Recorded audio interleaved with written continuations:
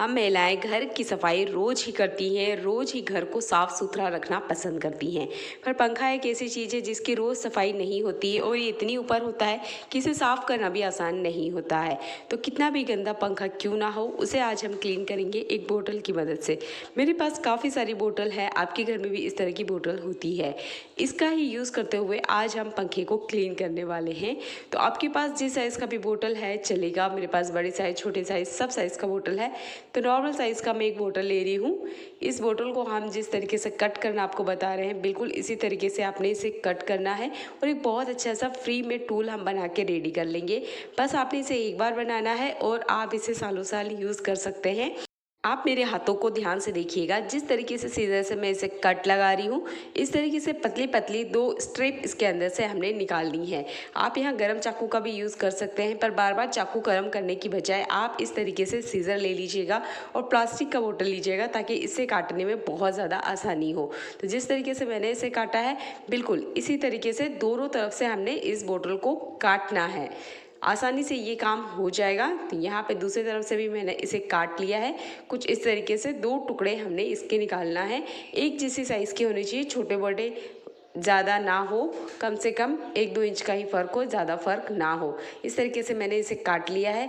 अब इसकी जो बोतल का ढक्कन है, इस हिस्से को हमने निकाल लेना है और इसे हमने बोतल के बीच में कुछ इस तरीके से लगाना है, जैसे कि मैं आपको दिखा रही हूँ। यहाँ पर एक होल करते हुए कुछ इस तरीके से हमने इसे फिक्स कर देना है। आप यहाँ ग्लू गन की भी हेल्प ले सकते हैं, वैसे ये नॉर्मली इसी तरीके से भी फिक्स हो जाता है।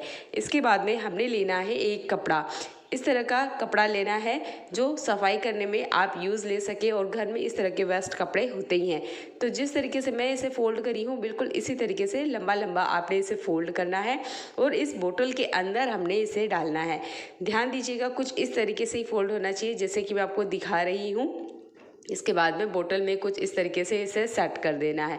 आप देखेंगे इसमें बीच में ना गैप है, ये गैप होना बहुत ज़रूरी है क्योंकि यहाँ पर हम इससे फ़ैन क्लीन करने वाले हैं।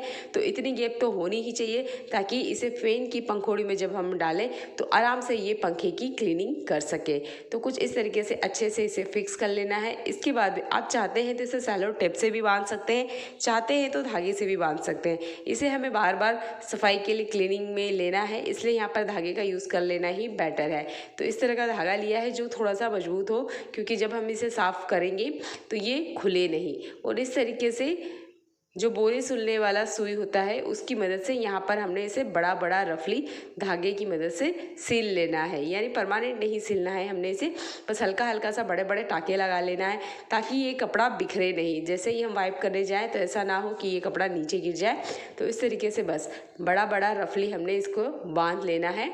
यहाँ पर आप दूसरे भी धागों का यूज़ कर सकते हैं, पर इस तरह का मजबूत धागा लेंगे तो ये एक ही बार बनेगा और साल भर तक ये टूल चलता रहेगा। क्योंकि फ़ैन की क्लीनिंग हम करना पसंद करते ही हैं, क्योंकि जब गंदे फ़ैन होते हैं तो वही गंदी हवा और वही बैड स्मेल रूम में बनी रहती है। तो इस तरीके से आप आसानी से टूल बना सकते हैं।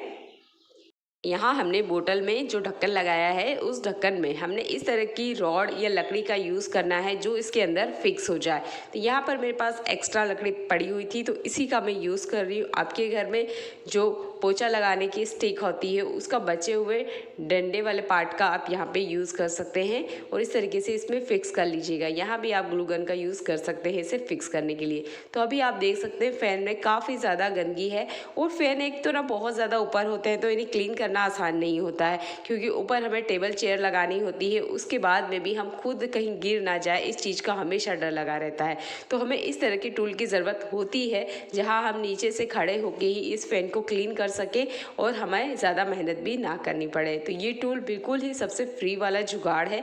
बस आपने इस तरीके से इसमें स्टिक लगानी और आप देख सकते हैं इसमें ना थोड़ा सा गैप है, इसीलिए मैंने इसमें धागे बांधे थे ताकि ये हल्की सी गैप दिखे। और उसके बाद में हल्के से हमने इसे पंखुड़ी के अंदर डाल देना है और बस हल्के हल्के से घुमाना है। फ़ैन के ऊपर जितनी भी ज़्यादा गंदगी इकट्ठा होगी वो सब की सब कुछ ही मिनट्स में बाहर आ जाएगी। बस आपने थोड़ा सा सावधानी से इसे हल्का हल्का वाइप करते जाना है, जिस तरीके से हम टाइल्स पे पोछा लगाते हैं उसी तरीके से बस इस बोतल वाले पार्ट को हमने पंखुड़ी के ऊपर घुमाना है और आप देखेंगे काफ़ी सारी गंदगी इस बोतल में इकट्ठा हो जाएगी और आपको अलग से मेहनत नहीं करना पड़ेगी। यानी सिर्फ आपने एक स्टिक की मदद से और एक पुरानी पड़ी हुई घर की बोतल से आप फ़ैन को क्लीन कर सकते हैं। आप देख सकते हैं काफ़ी ज़्यादा गंदगी इस बोतल के ऊपर आ गई है और यहाँ पर मैंने कपड़ा यूज़ किया है, इसलिए काफ़ी ज़्यादा गंदगी तो इस कपड़े में ही आ गई है। इसका फ़ायदा सबसे अच्छा ये है कि इसे आप इस तरीके से अगर थोड़ा सा झटकेंगे तो इसके अंदर की जितनी भी गंदगी है वो सब की सब बाहर आ जाएगी। फिर से इसे स्टिक में लगाइए और फिर से आप फ़ैन को क्लीन कर सकते हैं। चाहते हैं आप तो यहाँ पर धागा खोल के इस कपड़े को अच्छे से क्लीन करने के बाद में फिर से आप स्टिक में लगाते हुए फ़ैन को क्लीन कर सकते हैं। सिंपल सा तरीका है, ट्राई आउट करके देखिएगा। तो काफ़ी सारा गंदगी ना इस तरीके से बाहर आ गया। तो मैं फिर से लगा रही हूँ और फिर से जाके फ़ैन को क्लीन करके दिखाती हूँ। मेरे पास आपके लिए दूसरा तरीका भी है। अगर आप इस तरीके से टूल नहीं बनाना चाहते तो आपके घर में तकिए के कवर या पेंट के टुकड़े ज़रूर बचते होंगे। तो इस तरीके से एक टुकड़ा हमने लेना है। आप यहाँ पुराने तकिए का कवर भी ले सकते हैं। यहाँ पर आप लेगी का एक टुकड़ा भी ले सकते हैं। तो कुछ इस तरीके का कपड़ा हमने लेना है और कपड़े को कुछ इस तरीके से फोल्ड करना है, यानी हमने लंबा लंबा फोल्ड कर लेना है। और इसके बाद में आप देख सकते हैं इसमें ना काफ़ी सारी गैप है और इसी गैप का हमने यूज़ करना है फ़ैन की पंखुड़ी को क्लीन करने के लिए। तो ये एक पजामे का बचा हुआ टुकड़ा है और इसी से मैं फ़ैन को भी क्लीन करके आपको बताऊँगी। बस यहाँ पर हमने ना टेबल चेयर की ज़रूरत होती है, पर इस तरीके से भी अगर आप क्लीन करेंगे तो बहुत आसानी से हो जाएगा। और इसका सबसे बड़ा फ़ायदा ये है कि इसे क्लीन करते वक्त आपके सिर पे या घर में किसी तरह का कोई कचरा नहीं फैलने वाला है। तो पंखुड़ी में कुछ इस तरीके से पहले हमने इसे फंसा लेना है, जैसे कि मैं आपको दिखा रही हूँ। बिल्कुल इस तरीके से आपने फैला लेना है और अच्छे से इसे फोल्ड कर लेना है ताकि इसके ऊपर से जो गंदगी हम साफ़ कर रहे हैं वो हमारे ऊपर बिल्कुल ना आए। तो हल्के से बस इसे आप वाइप कीजिए, थोड़ा सा अपने सिर को बचाइए और इस तरीके से जितनी भी गंदगी है वो इस कपड़े में आराम से आ जाएगी। बस इसी तरीके से आपने इसको फ़ैन की पंखुड़ी में लगाना है और अच्छे से क्लीन कर लेना है। अगर आप यहाँ तकिए का कवर लेते हैं आपका पूरा घर डस्ट क्लीन होगा, क्योंकि सारा कचरा तकिए के कवर के अंदर आ जाएगा और वो सबसे आसान तरीका है। और इस तरीके से आप पेंट या लेगी के टुकड़े का भी यूज़ कर सकते हैं। तो बस हल्का हल्का सा आपने इसे घुमाना है और आप देखेंगे जितना भी कचरा है वो इस कपड़े के अंदर ही आएगा, यानी कि आपके घर में नहीं फैलने वाला है। बस हल्का सा वाइप कीजिए और ये देखिए कपड़ा बाहर आ गया है और आपकी जो फ़ैन की पंखुड़ी है वो सिर्फ एक ही बार में क्लीन हो गई है, बार बार की झंझट भी नहीं होगी। तो यहाँ मैं कपड़ा बाहर लेकर आ चुकी हूँ और आप देख सकते हैं काफ़ी ज़्यादा गंदगी जो फ़ैन के ऊपर लगी हुई थी, जो हमें नीचे की तरफ से दिखाई तक भी नहीं देती है, वो इन कपड़ों में आसानी से आ जाती है। इससे आपका घर भी क्लीन रहेगा और आपको बार बार फ़ैन को झटकने की ज़रूरत नहीं पड़ेगी। बस एक ही बार में जितनी गंदगी है वो सारी इस कपड़े में आ जाएगी।